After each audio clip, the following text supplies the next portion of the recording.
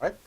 Hello, my name is Enrique Gomez. I am Associate Professor of Physics and Astronomy at Western Carolina University, and I would like to thank Mountain Stream TV for this opportunity to talk to you about the upcoming eclipse that our region, Western North Carolina, is going to experience on Monday, August 21st of this year, 2017. So I'm going to spend some time talking about the nature of eclipses, what you can expect to experience during eclipses, how to observe them safely, and also what we should expect in our region in terms of tourism and travel and things of that nature. So let's go ahead and just show the very first slide. Okay, so let's talk a little bit about what we are going to expect. It just so happens that our region of the world is going to experience the shadow of the moon transiting over a very narrow path about 70 miles across from one end of the country to the other end of the country, and here in the westernmost counties of Western North Carolina we're going to experience an eclipse. Now in the image that you typically show in textbooks about the Earth and the moon, they don't really give you a sense of the scale and why is it that eclipses like this tend to be so rare. So just to give you a little bit more of a sense of scale, I put together a toy model as to scale of the Earth-Moon system. I have a yardstick right there.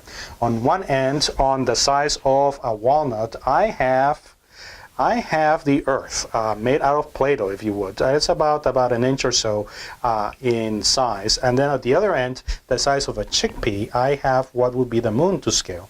And then this would be the actual distance between the Earth and moon system, with the moon rotating around the Earth. Now the question is, in this picture, how big would the sun be? And where would the sun be located? Well, the sun would be about 4 football fields out in that direction. That's where you would expect to see, and it would be substantial size, about the size of this yardstick more or less. So that will give you a sense of scale as to how big this thing really ought to be. Now, in terms of how often the shadow of the moon lands on the Earth, well, that is something that happens roughly about twice per year, and I'll say more about this in a moment. But just to give you a sense of scale of how that configuration has to be, if you, your viewer, were to be in the location of the sun, and this is the Earth, I'm going to put it right there, you can see how hard it would be to actually get that alignment so that the shadow of the moon lands on the Earth, but it in fact does happen. Another thing that does happen is that the Earth can actually cast a shadow on the moon on the other end. Another thing that you can expect to see is the nature of the shadow. It's going to go like this. The moon is about 1/400th the size of the sun, but the sun is about 400 times further away. The shadow of the moon is going to be shaped like a cone. It's going to be a cone, and it's going to be a very long cone, so that not the entire size of the moon would cast a shadow on this, but it would be just a part, and that shadow is going to have 2 parts. That would be what's called the umbra and the penumbra. When you are inside of the umbra of the shadow of the moon, the entire sun is blocked out, whereas when you're in the penumbra, you are going to see only part of the sun covered up. All of the continental U.S. is going to experience a partial eclipse or a penumbral eclipse. It will experience a sun at least be partially covered up. But it's only going to be a very narrow strip where the shadow of the moon is going to completely cover up the sun. So let's go back to that slide, and you can see the idea of that cone as well. So now let's talk about configurations as well. You see, for instance, in that diagram, I have those 2 parts, the umbra and the penumbra. The umbra comes from the Latin for shadow as well. And when you are inside of the penumbra, you cannot see the sun at all. And that is going to be true for us in Western North Carolina for between a minute to over 2 minutes in certain parts as well. So let's go to the next slide. Let's talk about the configurations and why things happen to be the way it is. Now, one misconception that you have is that the moon goes around the sun, around the Earth, and the Earth goes around the sun, and that you would expect perhaps the shadow of the moon to land on the Earth at least once per month. That's not quite what happens. Instead, I actually have, if you would indulge me here for just a moment, let's pretend, for instance, that you behind the camera, my viewer, are the sun, in the direction of the sun, and my head is the Earth. And I'm going to pretend that this hula hoop is going to be the orbit of the moon. The moon is not going to be a perfectly circular orbit. It's elongated. It's an ellipse. So sometimes the moon comes slightly closer to us, and other times is slightly further away. But let's pretend, for instance, that this is the orbit of the moon.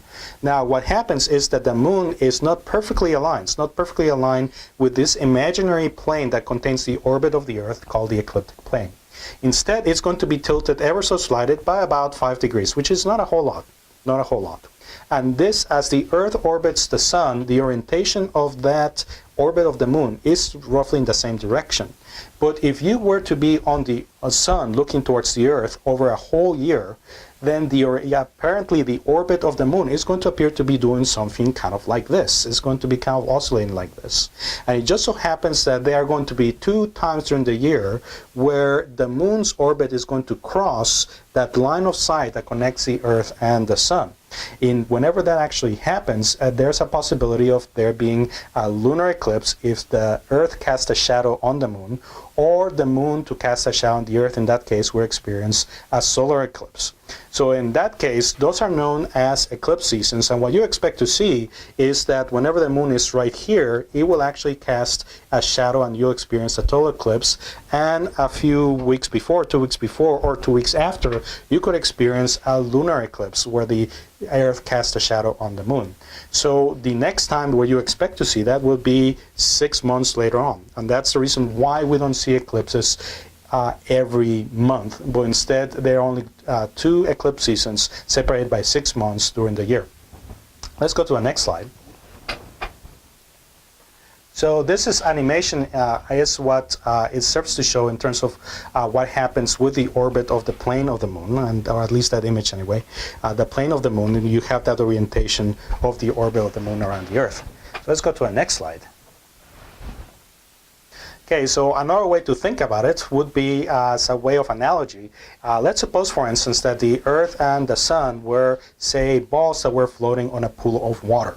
And this pool of water would be, well, if we could show that slide, if we could have that pool of water essentially represent what the ecliptic plane is going to be look like, and then your hoop right here, that hoop that represents the orbit of the moon, will essentially be kind of floating halfway above and halfway below the level of the water as well. So let's go to the next slide and see what else we have. Okay, so now in this animation, what we are going to show is the sequence that you experience. So in this animation, what we have is the moon shadow, and in this animation, things are not going to be to scale, of course. The moon is not nearly going to be as close, but what this serves to show is whenever the umbra casts its path on the surface of the Earth, what you would experience on the top would be a period of time where the moon only partially covers up the sun, and then for a very brief moment, lasting only a few minutes, you're going to get something called totality, where the moon completely covers up the sun. Okay, next slide. Okay, so just going to give you a few pictures of this. I have experienced totality twice in my lifetime. One time in Mexico City in July of 1991, and another one in August of the year 1999. That last eclipse that I experienced was actually in Europe. Okay, and let's show some images that you can expect to see. So for instance, I'm showing you image taken not by myself but other folks, that during totality, when you are on the surface of the Earth, experience totality, you will experience, for all thoughts and purposes, nighttime. The sun is going to get covered up, and the atmosphere is going to get dark. It's not going to be completely dark. It's not going to be quite like midnight here on the surface of the Earth. It's going to be something like a few minutes or to half an hour during the twilight before or after sunrise or sunset. You're still going to get quite a bit of light from the surrounding atmosphere scattered on the Earth, and also there's going to be layers of the sun's atmosphere that we don't normally experience that are still going to cast a glow. But it's going to be dark enough that if it's not overcast, if it's even part of the sky is cleared up, you'll be able to see the stars and the planets, even though it will be in the middle of the daytime. Where I am sitting right now in the town of Silva, on that day, around 2:35 or so, you are going to experience totality, and you'll be able to see the stars and even some planets right at 2:35 p.m. in the afternoon. Okay, more pictures. Okay, so this is an image of what happens, for instance, when the moon fails to completely cover up the sun. This is what's called an annular eclipse. And in that case, the moon is so far away that it doesn't cover the sun completely, and we are never in the umbra. That is not the type of eclipse that we are going to experience come on August 21st of 2017. Okay, so we have another slide. Some things that you can experience, though, and just about everybody in the United States can experience this, is that there are going to be weird phenomena. For the hour or so during the time that the sun is partially covered up, you are going to see the shadows behave in very strange ways. So in this slide, what I have here is the phenomenon called the 1000 eclipses. So you have, for instance, treetops that are going to have leaves. It's still not fall. And those leaves, there are going to be gaps through which sunshine actually peeps through. During that effect, essentially those gaps between the leaves acts as tiny little pinholes, and tiny little pinholes behave as if they were tiny little lenses, so that on a flat surface, say on the ground or on a white sheet, you would actually be able to experience several thousand images of the partially occulted, partially eclipsed sun. You could do that yourself by just having, say, a box, poke a hole on one side and see the projection of the eclipse during the partial phase or inside of the box. You could do that with sheets of paper. You can even do it with your hand. If you kind of crisscross your fingers, you can actually get that effect as well. That is something that everybody in the United States are going to experience. In terms of the level of illumination that you can experience during the partial phase, the effect is actually very eerie. It's not going to be kind of the dimming of the ground during a cloudy day at all. If you can still see the sun and it's not completely overcast, the shadows are going to be very, very sharp, and yet there's going to be an appreciable dimming. So the effect on the landscape, what you experience in the landscape, is going to be very dramatic, especially as you come closer and closer towards totality. As a matter of fact, you can even pretend that you're traveling to other worlds. During the eclipse phase, if you have, say, 97% of the sun covered up, places like Charlotte are going to experience here in North Carolina, you can experience what the ground looks like as if you were, say, in the planet Jupiter and its moons. If you were to be in Asheville, where you're going to experience 99% at its maximum, the eclipse, 99 blocked off, you are going to experience the same level of illumination on the ground as you would in the planet Saturn. And if you were in Waynesboro, that is not going to be in totality, where 99.9% of the light is going to be blocked off, you're going to experience the same level of illumination on the ground as, say, in the planet Neptune or even Pluto, if you so wanted to. You can pretend to be very close to those places. However, if you get a chance, I do urge you to consider traveling to the area of totality, where the sun is going to be completely covered up, because the effect on the ground and in the sky when you are at 100% totality is not going to be the same as if you are going to be 99.9% loss coverage from the moon. And a lot of people are going to travel to experience that as well. Let's go and show the next slide.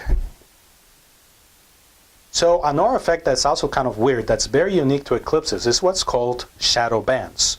I'm showing you a lithograph of an eclipse taking of a person's impression of an eclipse, or the effect of shadows on the ground during an eclipse in France in the 1890s, I believe. And in this lithograph, it represents an impression of what's called shadow bands. This is something that's unique to eclipses. What happens in the seconds before totality, right before the sun gets completely covered up, is that you have a tiny little sliver of the sun still being exposed, and what happens is that turbulence in the atmosphere begins to interfere constructively and destructively, so it generates a series of patterns of shadows on the ground that appear to be moving, and they are roughly parallel to each other. Let's go and show another slide.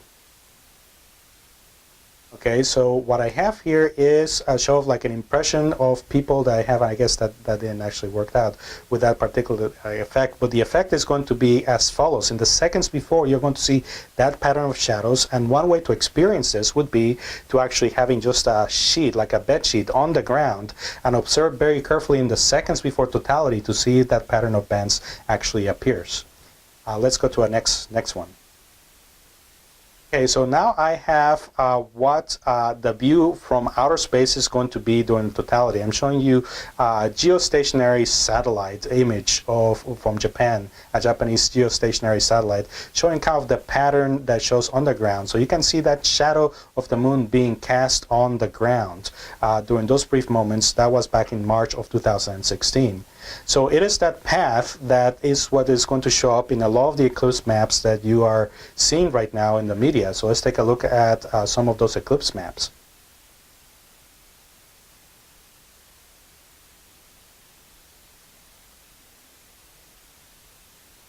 Okay, so in this eclipse maps, what I'm showing you is a path of totality of various periods in locations on the surface of the Earth for various years. And what you can see, for instance, is that there's a repeating pattern. And the reason why it's a repeating pattern is because the Earth, the Sun, and the Moon kind of repeat the exact same configuration once every 18 years, 11 days, and a third of a day. That is known as a Saros cycle. And that is what allows astronomers to calculate ahead of time where you can experience a path of totality. What I have next is just a series of an animation put together by the good folks over at the NASA Heliospherics that shows what the impression would be of the ground based upon detailed simulations on the surface of the Earth. So let's go ahead and show that video.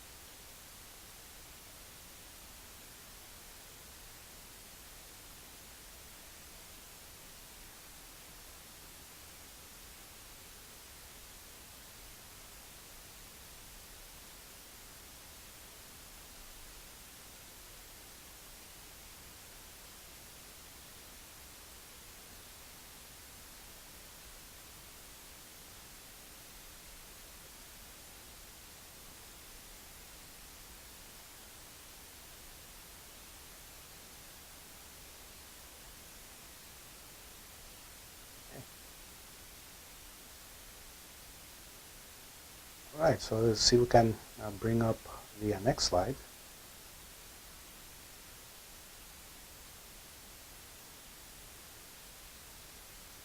Okay, so let me tell you, show of my experiences with eclipses, for instance. These are images that a friend of mine and I took together back in August of 11 of the year 1999 over Austria as well. So this would be show of images of totality, show of my experience of that. They are going to be other images as well during the partial phase. Let's go to the next slide. Okay, and this is kind of going what totality is going to look like, at least here on the surface of the Earth, like the video actually pointed out. And notice that that path, that very narrow path, only a few 70 miles across, is going to go through western North Carolina. Next slide. Okay, and this is zooming over a region. These are images taken from both Google Maps as well as from a site over at NASA that I'll link to that will tell you more exactly what it is. You notice that Asheville and Waynesville are not going to be in the path of totality, but close. But just about everywhere else west of us is going to be a path of that. Next slide. Some of the things that you can experience that, it is actually a wondrous thing to experience totality, be actually in the region of totality and see the sky when the sun gets covered by the moon. And you can in fact see that there are stars and planets that you can see. The sky is not going to be completely dark. You're going to get, for all thoughts and purposes, the light of essentially the same color scheme as you would in the sunrise or a sunset, except that it being either a sunrise in the east or sunset in the west.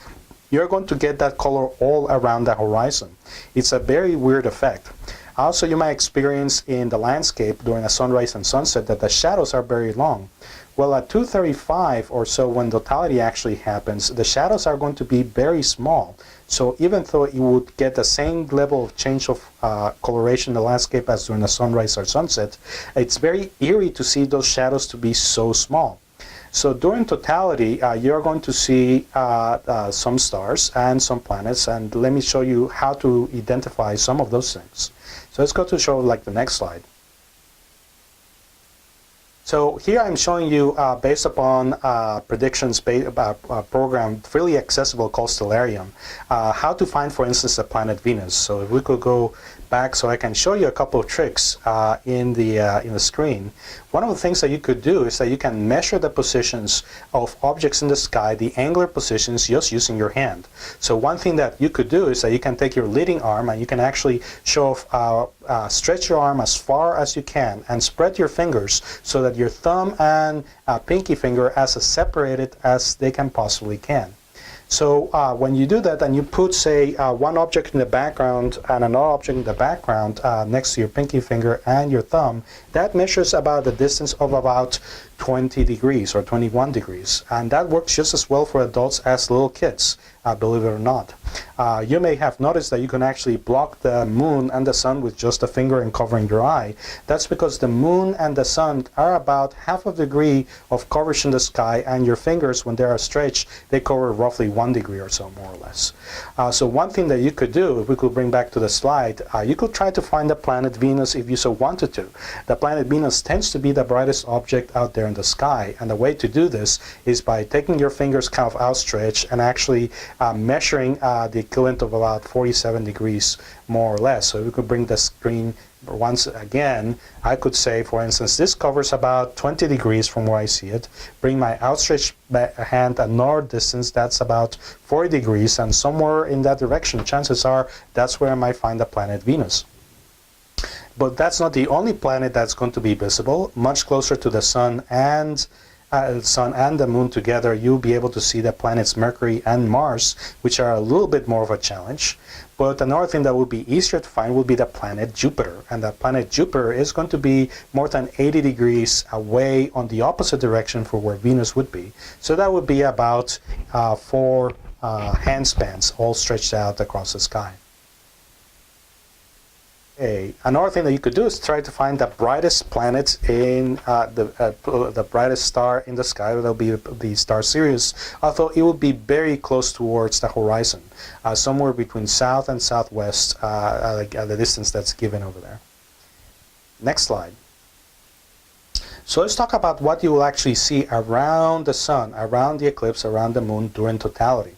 So the sun has multiple layers, and if you look at the disk of the sun during the sunrise and sunset, the layer of the sun that you're seeing is going to be the photosphere. So that is going to be the densest layer below which you cannot see anything else. And that's where the bulk of all radiation, mainly visible light, is coming from. But there are layers of the sun that are not going to be blocked by the moon, that are going to be above the disk of the moon, and they are much more tenuous. They don't emit as much light, but nevertheless they are there. So for instance, let's go to show the next slide. Let's talk about the corona. The corona is what you see in the typical pictures of totality. It's that very tenuous region out there. What's interesting about the corona is that it's very tenuous gas, but it's also extremely hot. The photosphere that I just talked about has about a temperature of around 6,000 degrees Kelvin. The corona has temperatures of between 1 to 2 million degrees Kelvin, and it's a bit of a mystery why it should be that it should be so hot. The bright regions that you see in the corona, like you have behind my head, those are known as streamers. So these are very charged particles, and we believe that there must be some kind of mechanism using magnetic fields that helps heat up charged particles to really high temperatures, but that's still a bit of a mystery why. When you see the corona with your naked eye, and that will be the only time in which it's safe to look at the eclipse sun with your naked eye, you'll be seeing just about the hottest thing you can possibly see with your naked eye. Next slide. So let's talk about another layer that's much closer to the photosphere, and that's called the chromosphere. So the chromosphere is about a temperature of 10,000 degrees Kelvin, and what's typical about that layer is that you can see solar flares, the bright red regions, and you can see those with your naked eye during that brief period where you can see that, and they are going to appear as very bright, intensely red, crimson, bright objects on the side of the moon, and we have no idea. There's no way to predict how many of these things you'll be able to see. But certainly they're a challenge to photograph and certainly to see, and just no image, no picture, no video that I've seen of an eclipse has ever actually done justice to actually seeing the flares in the chromosphere of the sun with your naked eye, noting that those flares are typically many times bigger than the Earth itself. Next slide. So I'm showing you the picture taken by an aurora photographer, an aurora astronomer, showing you roughly what those flares would look like. Very bright red flares all around the disk of the sun. Next slide. Another thing that you'll see during the partial phase, and that will be the time in which you actually have to look at, would be, say, sunspots. So with sunspots, what you have is regions that are not completely dark. I know that that image, it appears they're dark, but sunspots are just darker because they don't emit as much light, and they are much cooler, about 4,000 degrees Kelvin. So they are hot as plenty. And they are usually associated with regions of really intense magnetic fields. And they are also regions that are associated, when you see a lot of them, with a lot of solar activity, lots of explosions, lots of flares, lots of things directing around Earth, and there are too many of them. They can actually affect the Earth's weather and communication satellites, which is kind of like a fun thing to actually observe as well. Next slide. Okay, and let's see, skip that one. Okay. So there we have to talk about safety. What are the things that you want to do to experience the flare? One of the risks that you have experience an eclipse, one of the risks is that when you see the sun directly for even just a few seconds, you can actually produce something called solar retinopathy. What happens is that you flood the receptors in the back of the retina, the back of your eyeball, with sensory chemicals, and you can actually cause some damage. After that, you could actually have partial or entire loss of sight, and you may be able to see after images. And I know people that have forced themselves to see the sun directly during a partial eclipse and sustained eye damage in the form of after images that they can see for the rest of their lives. So how are you going to protect yourselves? It's actually really hard to actually go blind by looking at the sun. Your eyes typically avert you're looking at really bright objects.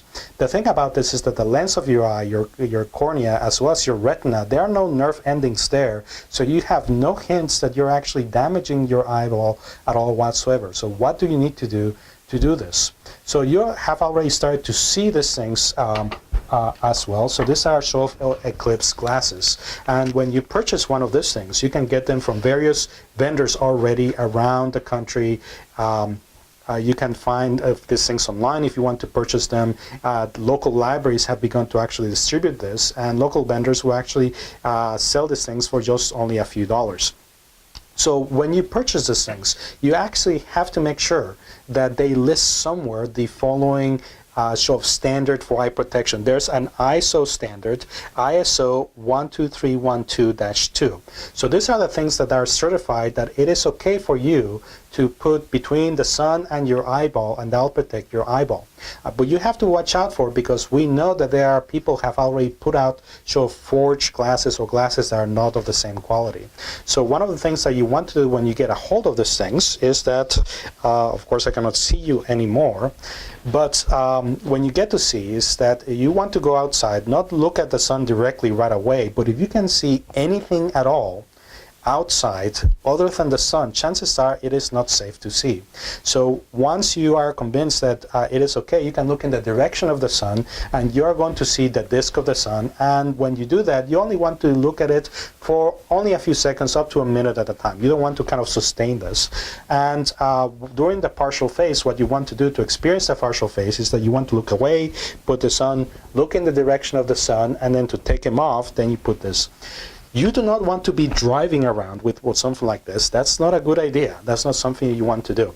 Okay, so look for these things. Other things that you can do is that you can get welder's glasses.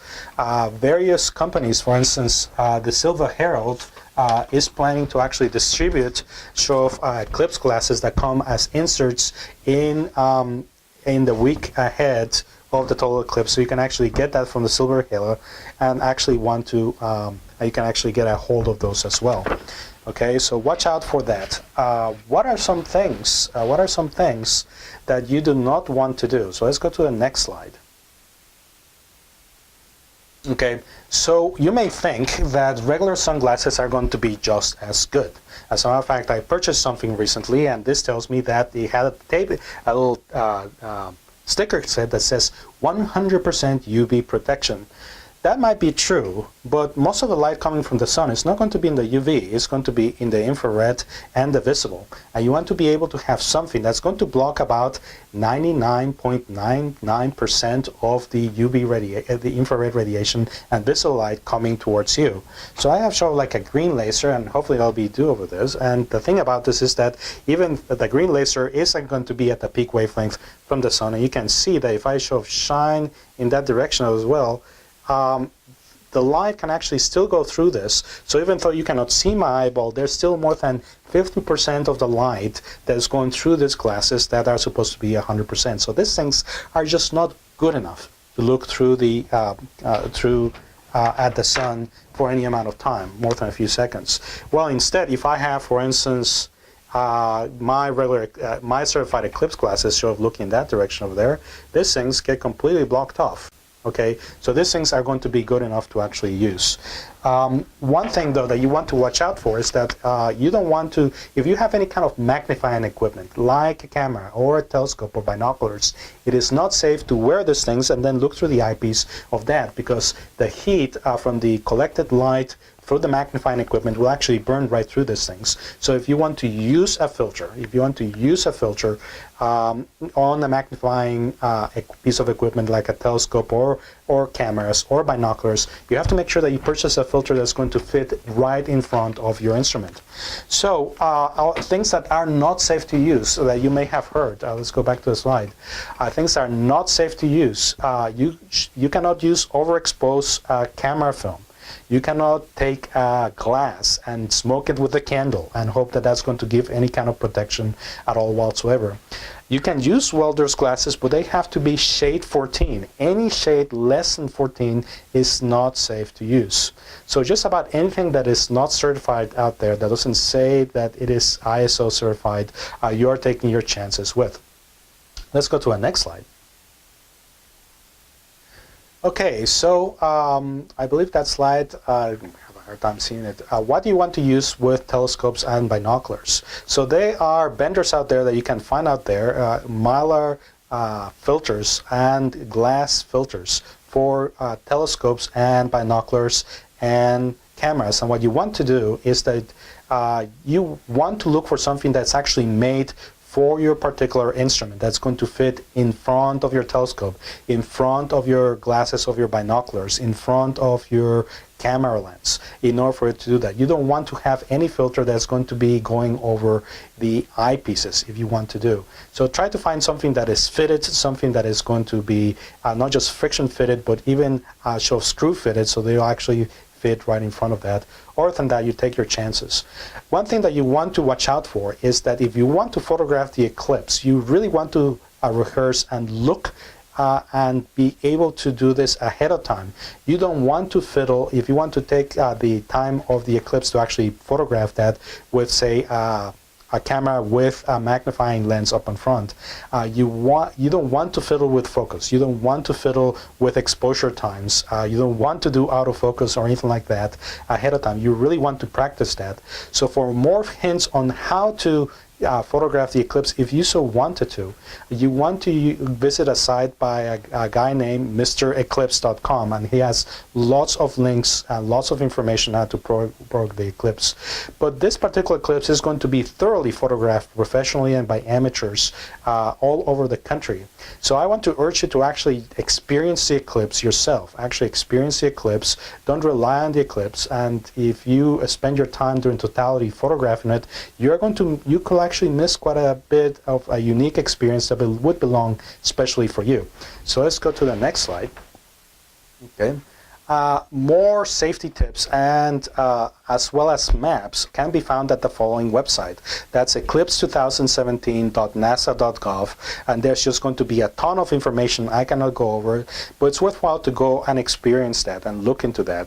I particularly urge you to go and look at the eclipse maps on the Eclipse 101 section of this particular website, so that you can find out whatever location you're going to be in. You can actually find out how the time in which the eclipse, the partial phase, would begin, and when totality will actually begin and end. All right, next slide.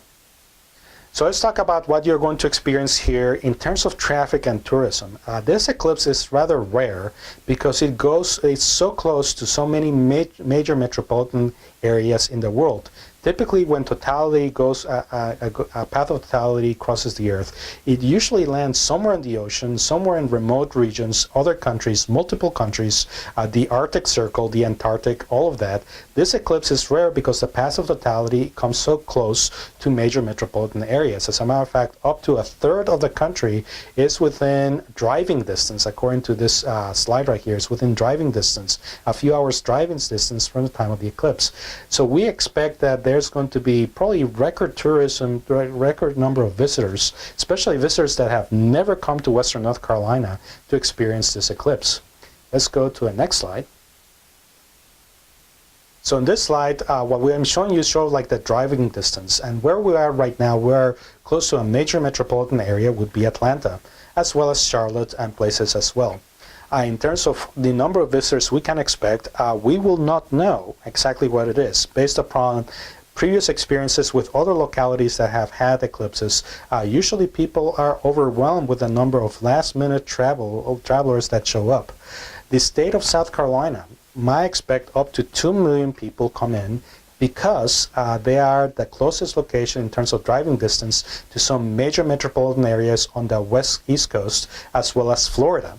So even if a small fraction of people decide in the last minute to travel up to the 6 most westernmost counties of Western North Carolina, we could expect substantial visitors, anywhere perhaps up to 100,000 visitors, but we just will not know. We know, for instance, that just about all of our local hotel rooms have already booked up. There's only a few hotels left in, for instance, in the Jackson County area, as well as surrounding counties as well. So word is going around, and what's probably going to be true is that a lot of people are going to do a lot of last-minute decisions to travel to the area to experience the eclipse as they catch up with what the media is saying, and whatever the weather. We do not know what the weather is going to look like. If it's going to be overcast, we might not get that many visitors. If it's good weather, especially for the time of totality, we may have a sudden influx of visitors. So I urge you, if you are living in the 6 westernmost counties, to make sure that on the Friday before, that Monday, get your gas filled. Anticipate a lot of people and really high traffic for the hours surrounding the eclipse, and as the eclipse ends and people start to drive back home. So just to give you a heads up. Next slide. Okay, so now let's talk about the last time that we had an eclipse, a total eclipse here in Western North Carolina. Well, looking at the NASA tables, the canon of eclipses, 5 million canon of eclipses, found one eclipse back in July of the year 1506. That's the last time we had a total eclipse in an area. So that has been something that is very rare. Let's go to the next slide. If for whatever reason you missed this eclipse, whether because you had to go out of the area or because it was completely overcast, there's going to be another chance in our lifetime within show of driving distance, and that's not going to be until the year 2024, when you have a north path of totality that crisscrosses not here, but the center part of the country. Let's go to the next slide. When can we expect the next eclipse to be in our area? Our next eclipse is not going to be until the year 2153. So this will be our only chance to, in this area, to actually experience an eclipse and to see what the landscape is going to do. What are going to be the color of the landscapes? There are lots of things that we do not know. We do not know for certain what the animals are going to do. If you have a farm, the animals are not going to be hurt by the light of the eclipse any more than they do on a typical day, and animals are not going to know to even look in the direction of the sun to see what's going on, but we know that they might actually have different set of behavior. We know, for instance, that light from the sun, I'll go over there, I'm not experiencing that, okay, we know, for instance, that animals like birds will start singing right around after totality ends. We know, for instance, that animals like cows and chickens will go into their sleep areas around the time of the eclipse. So even though they're not going to be harmed, that might be something that might be interesting to experience or watch during totality. So next slide. Okay. So I urge you to keep up not just with the news, but also with local media as well, local social media, because there's going to be a lot of things that are going to happen in the last minute in terms of traffic, in terms of weather. I know, for instance, that there are several events happening in Jackson County. Over in Bridge Park in Silva, there's going to be an official eclipse viewing site, as well as in the Village Green in Cashiers. There are events that are going to happen in Cherokee, in Franklin, over in the Sapphire Valley area, in the Gorgeous State Park, over at Perry, the Pisgah Astronomical Research Institute, as well as Robbinsville and Hayesville, all the way in the western part of the state. So there are going to be all those things, and I urge you to kind of go over there, and for instance, you could look at WNC magazine that has a listing of various official sites and events that are available in your area, in this area as well. And there are also places where you can get eclipse glasses if you so need to. However, I do urge you to get your own eclipse glasses, because these things are going to come at a premium. You know, there might be a shortage of glasses come eclipse day. So just to give you a heads up, you might want to get a hold of those things. And once you actually get your eclipse glasses, you want to keep them in a safe place, away from the sun, so that these things are not damaged. Probably keep them in a protective cover until the time that you actually can go and use them. These things, you can actually use them not during eclipse day to look at the sun. Sometimes you can even see big enough sunspots with this on a regular day without that, but it all depends on what the sun is doing on that particular day. In terms of just places or local social media sites that you want to follow, I urge you to, if you use Twitter, to go and look at NC Eclipse, at NC Eclipse, as well as the Twitter handles for the Jackson County Tourism and Development Authority, show Discover Jackson County NC, and things as well as the local websites that I have on that slide over there. You should go over there and just keep up with what's going on to see what the events are happening, not just in Jackson County, but in all the surrounding counties as well. And of course, you can also follow me on Twitter as well at Professor Gomez WCU. So let's go to our next slide. So I'd like to thank you so much. If you have questions about the eclipse, do send me an email. My email is right there on the screen. I'm egomez at email.wcu.edu. With any questions or concerns you have about the eclipse, I certainly will welcome. So that is it for today. And I'd like to thank again Mountain Stream TV for having me give that show and for producing this show. And I hope to see you sometime soon. I enjoy the eclipse. See you next time.